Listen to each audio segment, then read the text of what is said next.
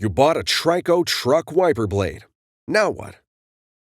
This video will show you how to install the TRICO truck blade onto a pinch tab arm.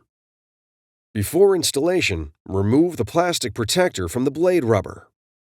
Lift shim C off of adapter B and discard it.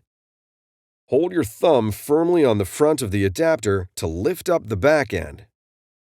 Align the side arm tabs with the side tabs on the back end of the adapter and move the blade underneath the arm.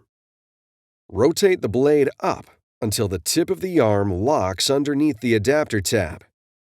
The adapter must lock into the wiper arm where indicated. Then, lower the arm and be sure to check that the wiper blade is locked before use. It's that easy. Now you're ready for the road ahead.